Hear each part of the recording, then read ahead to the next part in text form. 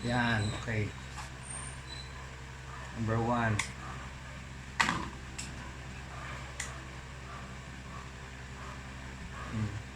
Wala pa kasi yung capacitor ko na 1.7. Kaya mabagal pa yung 1 niya. 2, 3, 4. Pinalitan, capacitor na lang kailangan dito palitan. Okay? Pero yan. Sobrang linis na. Ayos na to. Ayan na. Wala lang tayong sabitan. Oh. Yan, linis.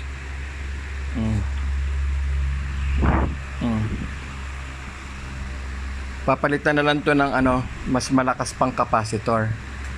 Teka, paano ba to? Ako makaporma. Okay, nasa number 5 na tayo. Binuksan na natin. Yan ang kondisyon. Okay. Pero patong-patong na yung dalawang magkapatong na thermal fuse. Yung huling gumawa, hindi naman tinanggal. Okay, check natin kung nakadirekta yan o hindi. Anong ginawa niya? Sobrang dumi Talagang kailangan natin linisan. Number 5 to. Dag lang sa number 5 agad. Laki ng gap Tapos ang nilagay na spacer, yung lumang bushing.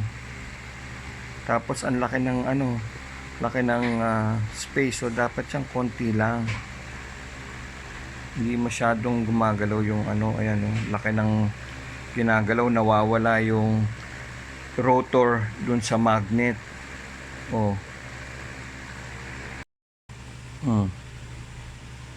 Ang lagkit. Puti hindi nagrasahan to masyado, pero kita mo yan, oil lang yan pero malagkit na. Tapos nangingitim. So check natin kung walang gas-gas at paputiin natin. Grabe bro, yung mga plastic nadurog, dumikit dito. Kiniskis ko pa, niliha ko rin yan. Palitan natin ng bago.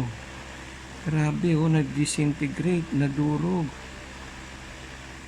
Yun ang mga pampalit natin dyan. Kaya lang to susukatan mo pa tapos trial and error hanggang makuha mo yung tamang tapat nito doon sa sa stator. Yan bro, sample. Magputi na ulit.